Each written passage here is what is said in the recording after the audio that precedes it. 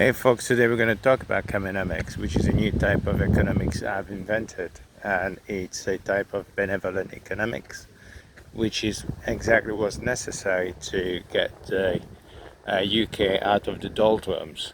This podcast is sponsored by our partner go5050.co.uk.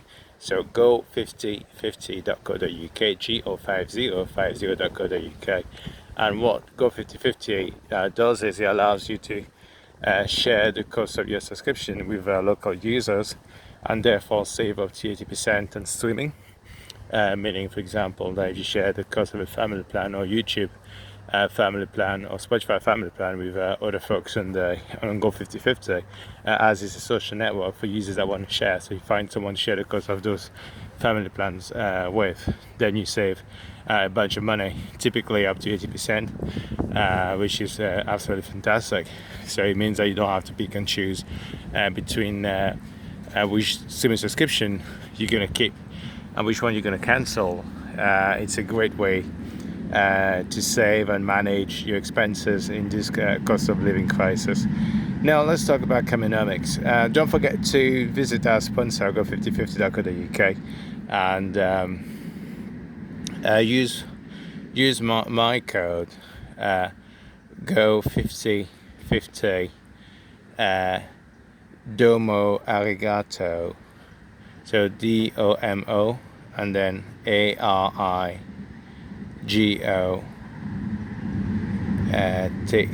arigato GATO. So go5050 domo arigato, and then you'll save an extra 10% on the savings you already make when you use Go5050 to stream. Okay, so Kamenomics.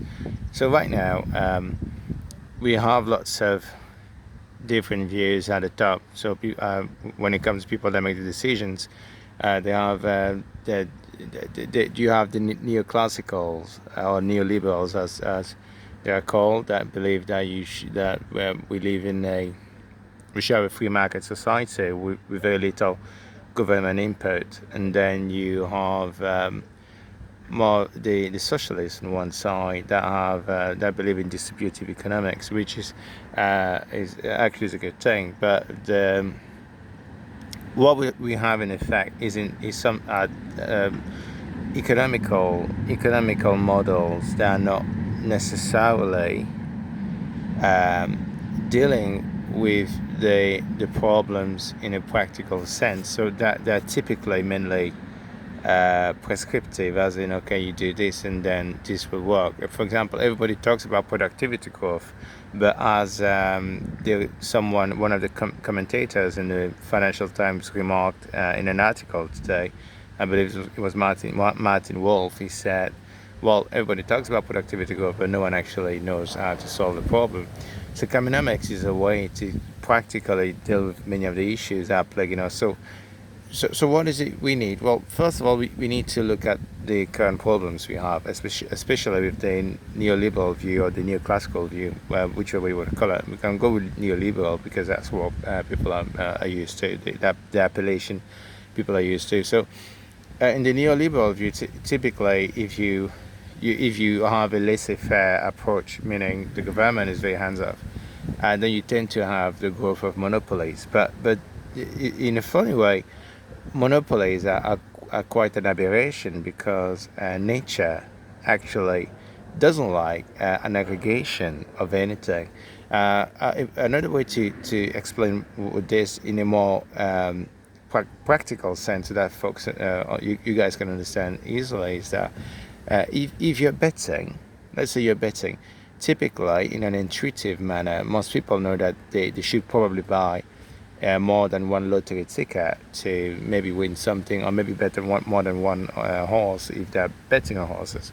And similarly, if you have your funds, your pension invested in some pension fund, that pension fund is probably running different investment pools, because they're not going to invest in just one specific company or one specific stock market or index or share, or whichever way they invest. They're going to invest in multiple investment vehicles or multiple investment products to diversify, not so much diversify the portfolio, but at the very least to minimize the risk, right? So if you want to minimize risk, if you want to minimize for things to go wrong, we all naturally understand that you've got to you've got to have multiple bet in multiple spread your bets effectively. Spread your bets. Now,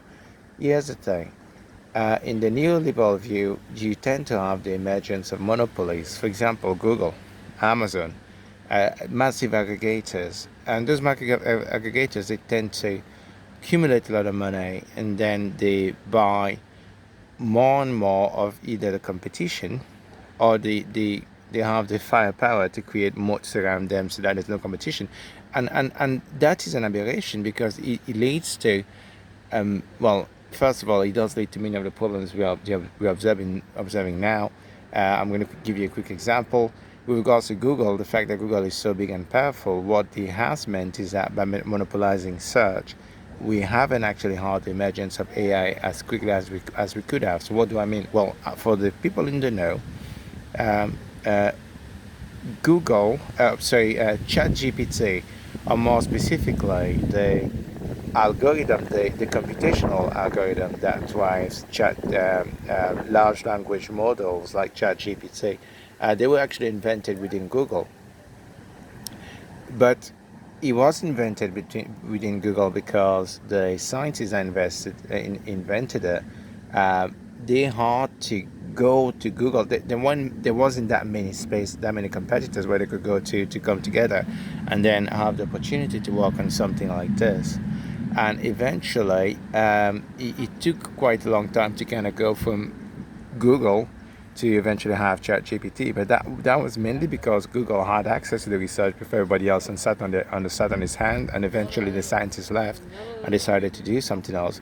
So effectively, Google, by having that monopoly, by having that kind of extractive force, and also that magnetic appeal to all everybody else out there. If you want to, everybody knows that if you want to do some great research with regards to computational work, computers, then you have to go to Google, right? Because they're so massive.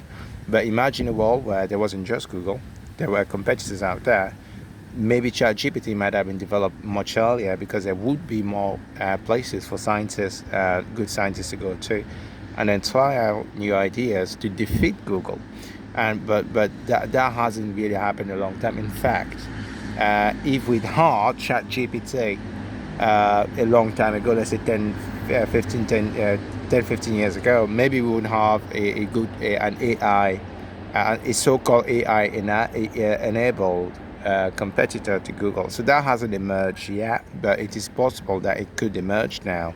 Okay, so that's one of the practical examples whereby monopolies truly tend to distort economics. But the issues we have now are much deeper. So how does Kamenomics propose to solve this? Well, first of all, we have to look at what's plaguing folks' lives right now. It's effectively inflation. So inflation is a bane on everyone's life. If you can make the ends meet, then you're not going to be able to, live in an enjoyable manner. And effectively, one good way to so what effectively is inflation? We probably need to sort of cut down to the core of this problem. Typically, inflation, we tend to understand it as there's more demand. There's more demand than there is the productive capacity. So everybody's chasing after the same products, but there aren't enough of it. And that's true. That it will typically tend to be your main issue when it comes to inflation. But it means that clearly to try and get rid of inflation, the first thing you have to do is probably increment the means of production locally. Now, listen to what I've just said. I've just said you need to increment the means of production locally to solve the inflation problem. But then if you listen to any neoliberal economic, they'll tell you, well, no, you can't do that, because there are other nations out there. Let's say you wanted to have some a production unit in the UK for a specific product on which for which the price was really high.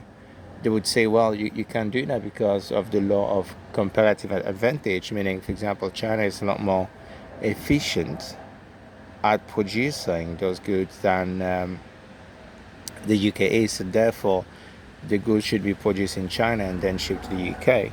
But that's nonsensical, because that view effectively says, assumes that comparative advantages are entrenched, and that's absolutely false. If anything, going back to the point about monopolies, that's exactly why you need competition, and you should nurture competition. Why? Because the moment anyone has a comparative advantage when you have a truly competitive economy, then in those instances, you will naturally tend to try, the competitors will tend to try and diminish the comparative advantage of other competitors. They'll find ways, and they typically find those ways through research and innovation. So what does that mean? It means that effectively, by having those massive monopolies, or by following the neoliberal view of showing where you feel that there is a comparative advantage, you stymie innovation. That's one of the worst consequences of the neoliberal view. If anything, I believe that we are probably about 50 years backward because of this issue, this constant offshoring on the principles of comparative advantages, which in effect do become entrenched because there are no offsetting factors to work against them. We don't nurture local competitors. Now, where Kamenomics comes into it is that I claim that not only should you should you nurture competitors, and more importantly, more specifically, you should aim to have local units of productions, of meaning local manufacturing. You should also aim, if you find a competitive advantage, if you effectively corner some market, you should actually aim to bolster local units of productions elsewhere. Why? Well, because in that case, if you don't play by beggar than thy neighbor policies, and you effectively set up local units of productions, for example, you have one in the UK, one in France, one in Germany, then you can make sure that process of constant research of innovation continues, and therefore one of those local locations can effectively get to develop new comparative advantages with respect to other locations. So they can innovate effectively. So innovation doesn't just die because you have found some new way to be more innovative than your competitors. Your competitors, maybe in France or Germany, they die out because you're better. Well, if they die out, then maybe the knowledge they might have acquired dies out. So if you want to avoid that, it is best if you still set up local means of productions and keep it there and invest in them to make sure that innovation continues, that innovation prospers, and that's really important. Now, at this stage, this is where folks would say, but what is the point, right? Why set up local units of production? Are we therefore not overproducing? And I agree. That is correct. We overproduce. So how do we effectively? And this is where Kamenomics becomes very new, and why it is a benevolent form of economics. Well, first of all, it is benevolent to set up local units of productions where you sell as many as you can. Now, Now, what you then see, what you then naturally see happening is that you can start asking yourself the question of, okay, if I am so innovative, I am going to overproduce. We see that in China. China has deflation, not an inflation problem, a deflation problem because it produces so much productive capacities are extremely high. So what do you do? Well, this is where innovation comes in, and you need to be very much agile. So, in effect, a new the new economic paradigm that Kamenomics brings about is to say, well, not only should you innovate to make sure that you retain some comparative advantage, and that means, for example, to be even more practical, in a practical sense, it means innovating on the ways of production, the means of production, the machinery. And if you innovate the machinery, you have to go further.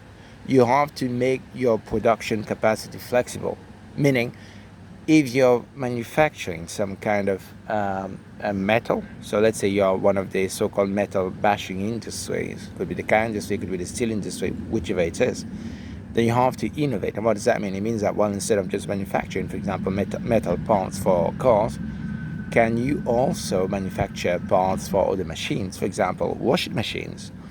Anything that might need some metallic parts, can you innovate the process? And it turns out that's very possible. For example, it's only now that laser sintering is becoming becoming a bit more wide. Well, it's not that widespread, but it is coming to a stage where more and more manufacturing hubs are trying to use laser sintering. So laser sintering is effectively a type of 3D manufacturing for metals. We know about 3D manufacturing already when it comes to plastic resin to make 3D to 3D print plastic objects without using any kind of mold. 3D sintering is kind of the same idea, where you use a metallic powder and you singe that powder.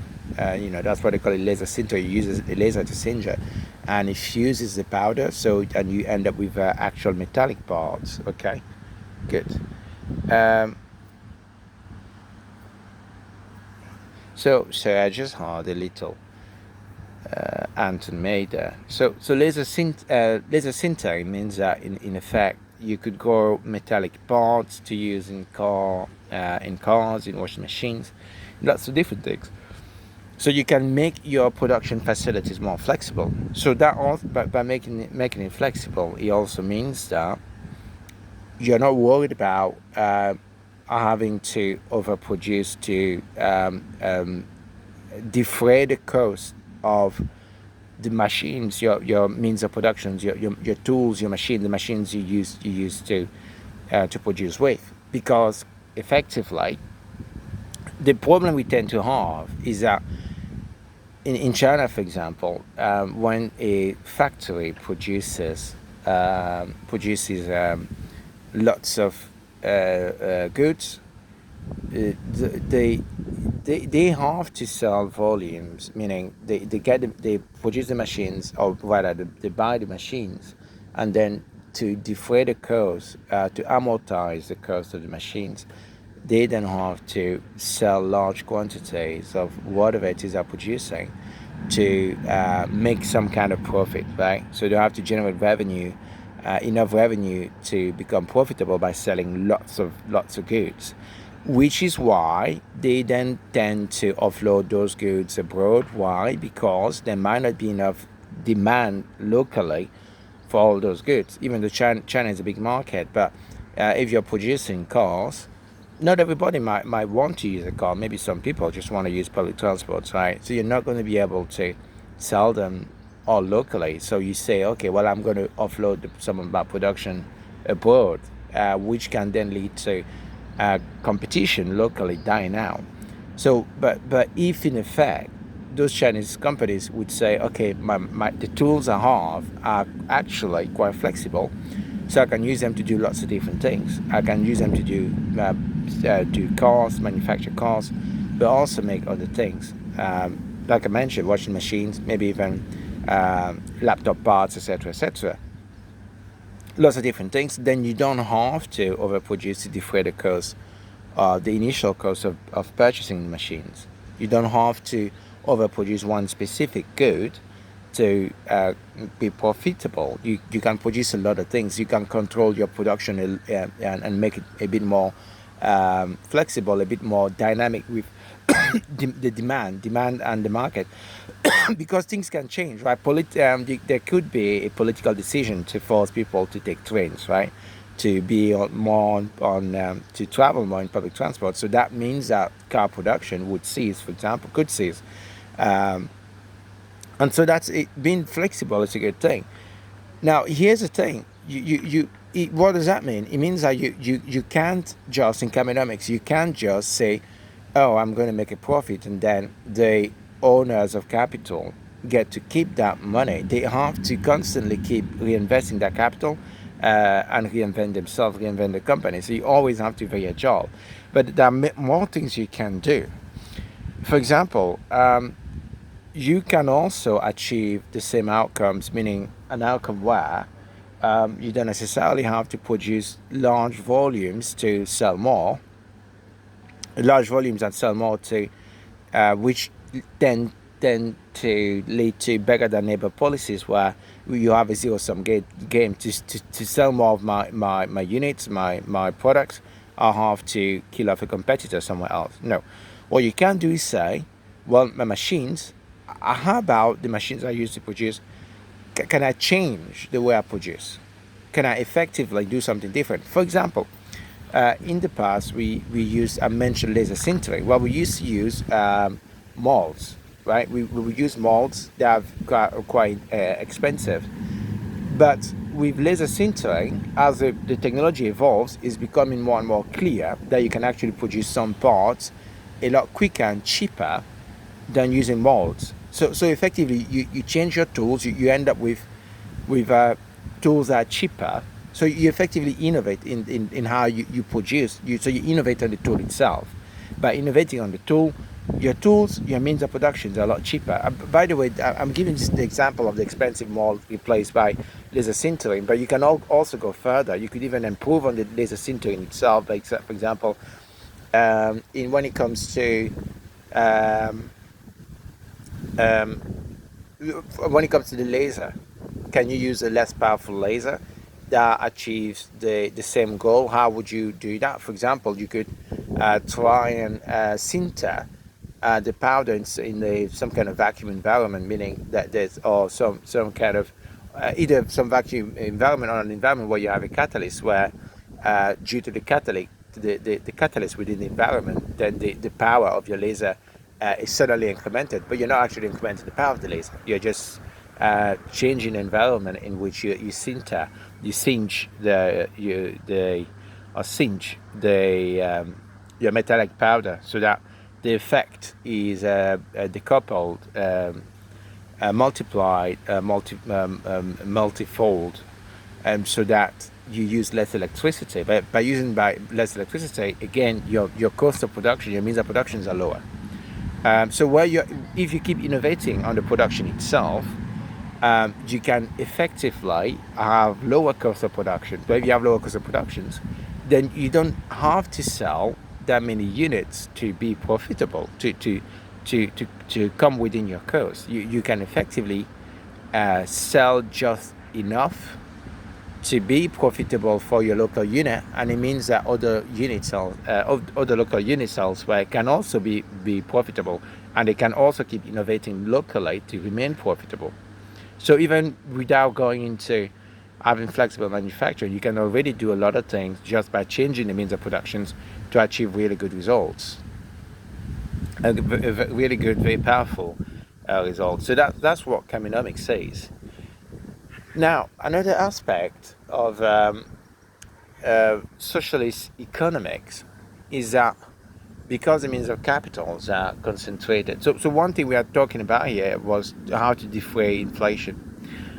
But one thing I want to say is that the more you try and innovate on production, the more you're going to automate, and the more you automate, the more people will necessarily lose their job, and therefore, what does it actually mean for the employees, for the people that are not that don't own the capital, because that's a serious problem that socialist economics try to deal with. So we're going to talk about that in the next video.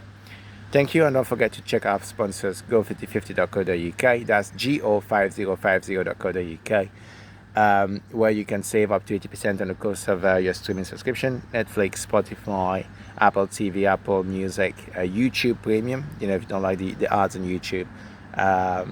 Any subscription you can think of, you can save on Go5050. Use my referral code Go5050 Domo Arigato, Go5050 DOMOARIGATO.